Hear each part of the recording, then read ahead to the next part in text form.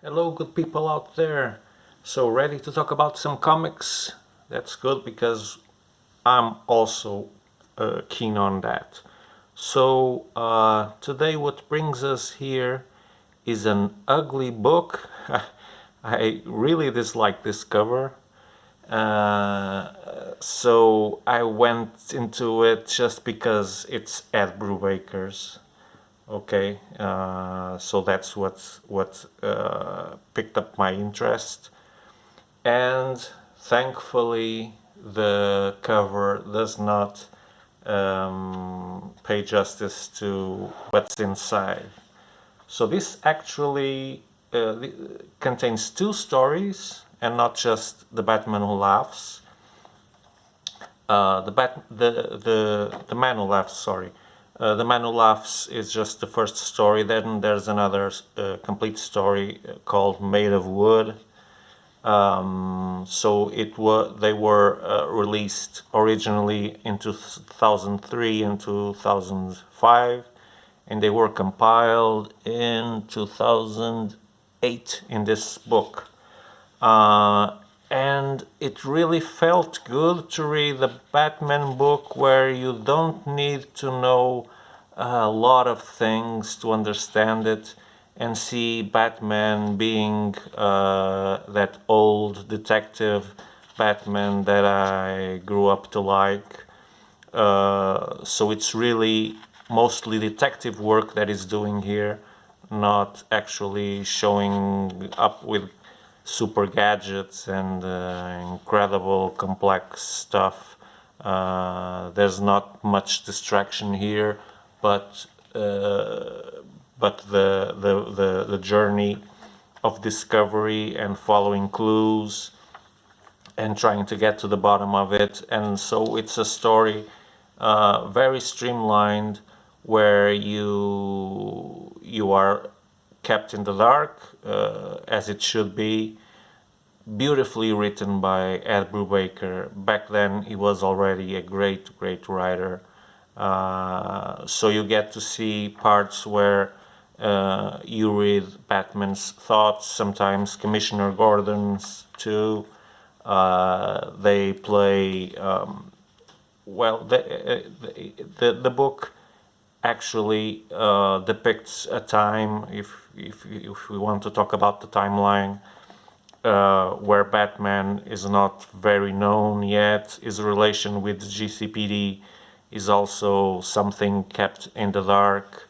So Commissioner Gordon and Batman have to be discreet when talking to each other and working together, but they do, and they effectively resolve the case. So it's a story, a short story, but a very gratifying story.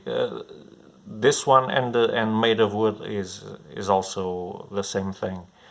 So it really feels great to read a short story and not feel that this was not enough, but instead feeling okay, I got what I wanted. I got a good story, a good plot, very well written, well illustrated, and with a conclusion where everything makes sense. I was really positively surprised with this book, and I really enjoyed it. So the first story is about Joker. So Joker starts playing Death Note, telling that person A and person B will die at day X at hour Y, and the deaths actually happen due to taking the toxins that Joker is known for doing. So when it talks about the deaths, they're already set, because as you know, it has been demonstrated in other books. It can have slow action toxins or rapid action toxins. And so what we see is Batman trying to get to understand what the big plan is, because Joker leaves some messages, some clues, and Batman has to try and understand by disguising himself, for example, to interview certain people that seem to be related to the crimes, but most of the time he's out in the dark, not knowing exactly what is going to happen. This is not one of those books where Batman just figures out all the puzzle at a glance. He really is kept in the dark almost right until the end. So Joker has a big plan for destroying Gotham, or at least killing almost everyone in the city. And he does manage to kill some people, but Batman and Commissioner Gordon avoid that the big assault actually works. And this is also the first time in this story that the bat sign is inaugurated. So in the timeline, this is very in the beginning. Here you see it being powered up for the first time. The second story, Made of Wood, it's not a Joker-centric story, so yeah, kind of relieved by that, because I've been reading so much Batman and it's all about Joker, and it doesn't need to be. And in this story, some peculiar murders start to appear with the same modus operandis. It all starts by finding a cadaver by the Green Lantern statue that people erected in honor to their hero. So Green Lantern plays a big role here. He is the companion to Batman in resolving this case. So he's got the powers, but he isn't a detective like Batman. So he has to trust Batman on his instincts, on his deductions, and on his means. But yeah, we also see Commissioner Gordon here, already retired, using a cane, but still being able to beat the crap out of some two bad guys. So in here we see the first victim with an inscription in the body, Made of Wood. And this comes up to memory to Batman. He remembers that there were some assassinations in the past also occurred at the feet of the statue of Green Lantern, and he understands that this is very, very, very directed to Green Lantern, because wood is the only thing that can affect dearly the Green Lantern. So yeah, Batman gets in touch with him.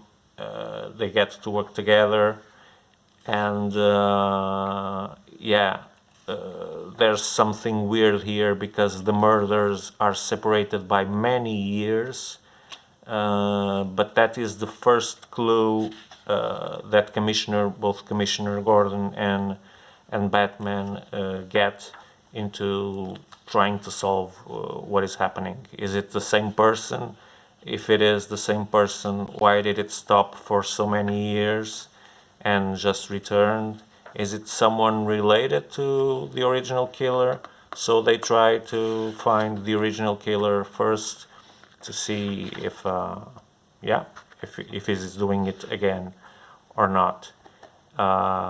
So it's a three-way cooperation, with Commissioner Gordon doing his meddling and not going very well for him. But at the same time, Batman and the Green Lantern are making progress too, and so we get to the end, and we get to know the mystery and understand what really was happening.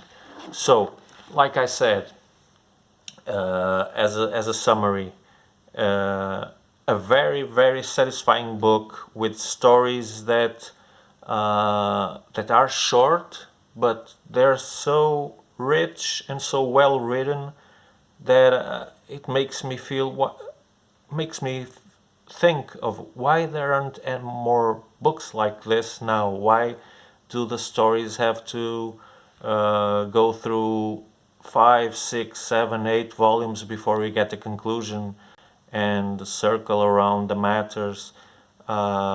This proves that the opposite can be done. You can have a small book, as you can see, it's very thin, and still it has two stories, gratifying stories, ones that stick.